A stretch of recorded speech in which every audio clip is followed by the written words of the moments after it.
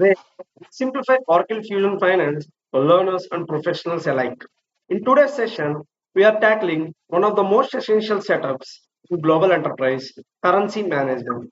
If your organization operates across borders, you will need to configure currencies and exchange rates correctly to ensure smooth financial reporting. Stick to me, and by the end of this video, you will be confident in managing currencies inside Oracle Fusion. We are not required to create any currencies. Everything was already given by Oracle as seed. We need to query the currency and look what are all the options that are enabled. Mainly, we have to check whether the currency is enabled or disabled. So, what we need to do based on the client requirement, we need to check whether all these currencies are enabled in the system for usage. Other than functional currency, client can do transaction in foreign currencies as well as a consultant, we need to make sure that those foreign currencies are also enabled in the system. Also, we can call foreign currency as entered currency. If currency code is not available in the system, then only we will create currency code in the system. So let's jump into the system and see.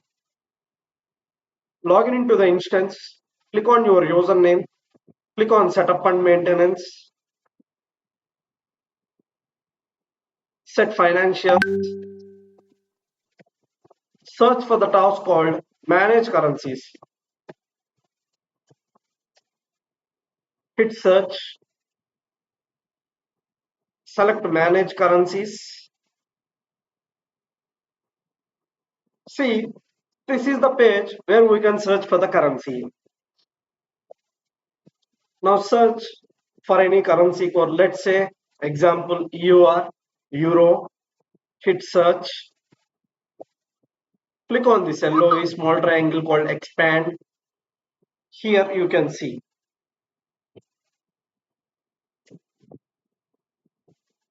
What is this numeric currency code? It is ISO International Standard for Currency Code, which includes both alphabetic and numeric codes for currencies used worldwide. The numeric currency code is ISO 4217 is a 3-digit code assigned to each currency, which typically aligned with country's numeric code in ISO.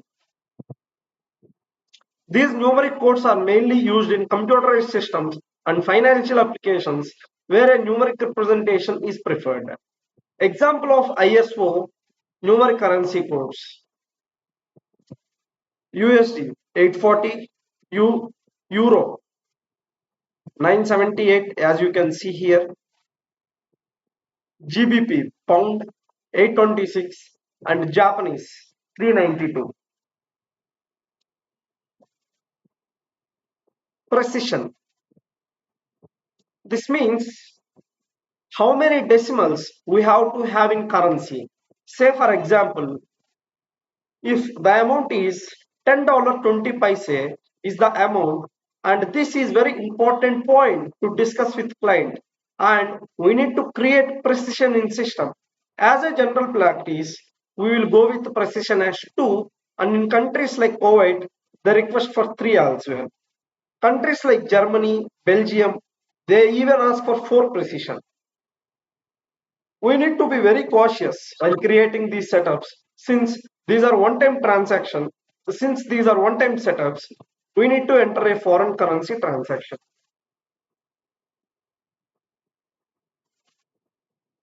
Like precision means this is the precision. How many decimals? Say for example, if the amount is 50 euros and 88 cents. So this 88 cents is called precision. How many decimals should be there after the amount? So this is how precision works.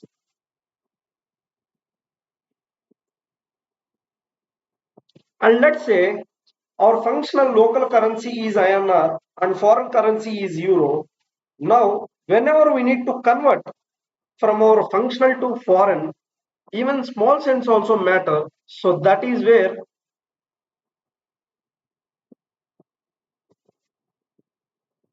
for foreign currency transactions, as a general practice, we take 5 as an option.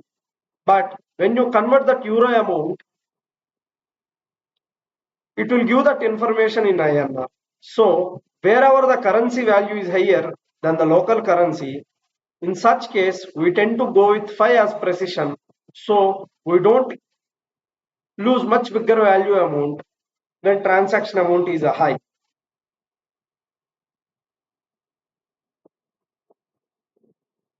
And we set extended precision as 5 in that case.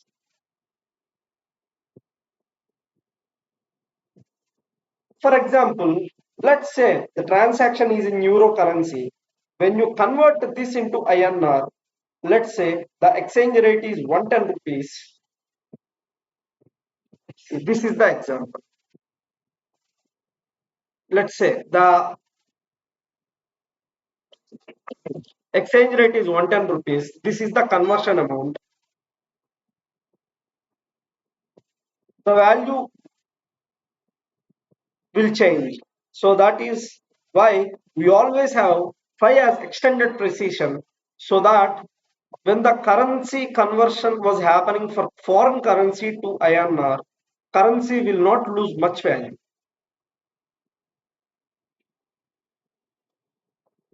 Say for example, the amount is 13 lakh, 13, 90, 876, then it is a very bigger amount, 0.09.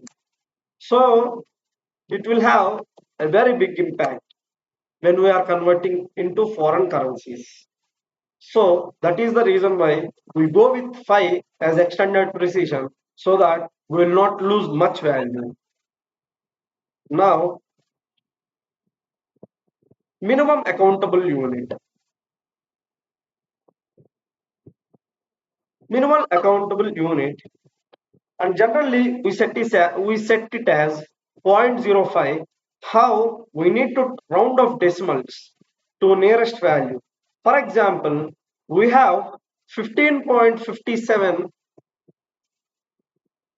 we have 15.57,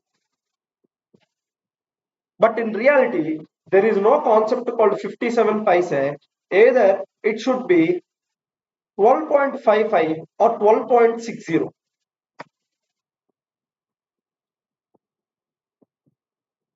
Sorry, it should be 15.55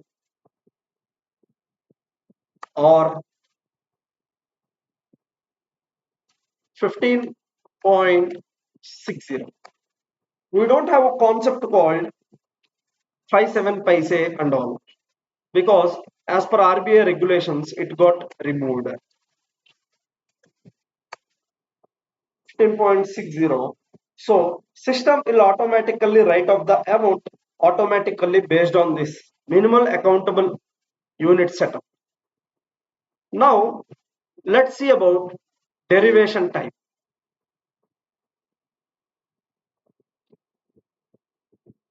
Derivation type and derivation factor are no longer required, since when the European nation was switched from the local currency to euro currency, there was a regulation for those countries' currencies for a certain period of time to report their reports in two currencies. One is euro currency and the other is their local currency. For example, there are 15 countries which countries are using euro currency like Italy, Spain, etc.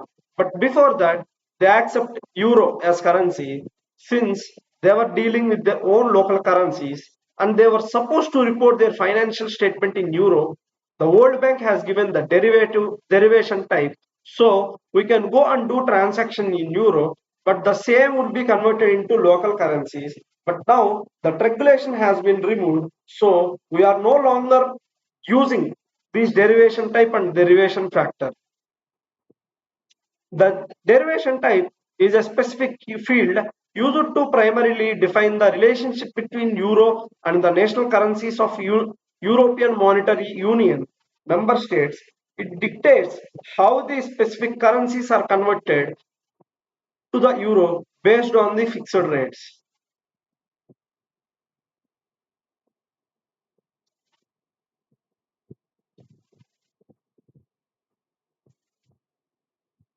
In other words, the minimum accountable unit in Oracle Fusion is the smallest currency denomination. Example 0.01 for USD or 0.05 for other currencies to which tax amounts or transaction lines are rounded, specifically defining the rounding target rather than just decimal precision. It ensures tax calculations match local statutory rounding requirements. That means, say for example, the amount is 18.57 and the tax is 1.23. Now is equal to this plus this. Now 19.8,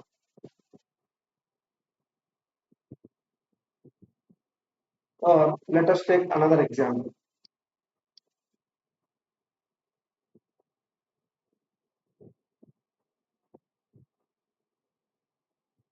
11.50,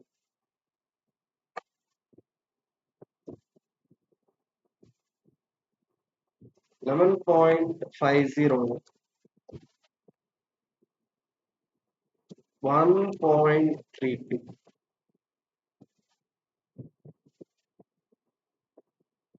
is equal to this plus this.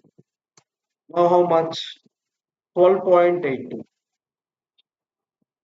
Now there is no concept of 12.82 as we previously discussed.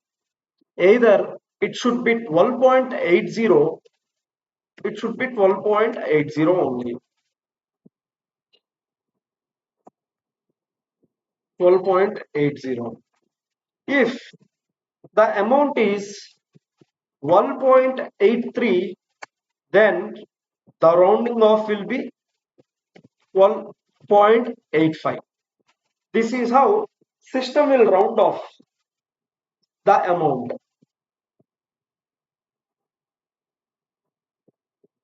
And that's it. You know how to manage currencies in Oracle Fusion. If you found this video helpful, don't forget to like, share and subscribe to our channel ERP for more Oracle Fusion tutorials. Drop your questions in the comments and I will be happy to help. Until next time, keep learning and growing.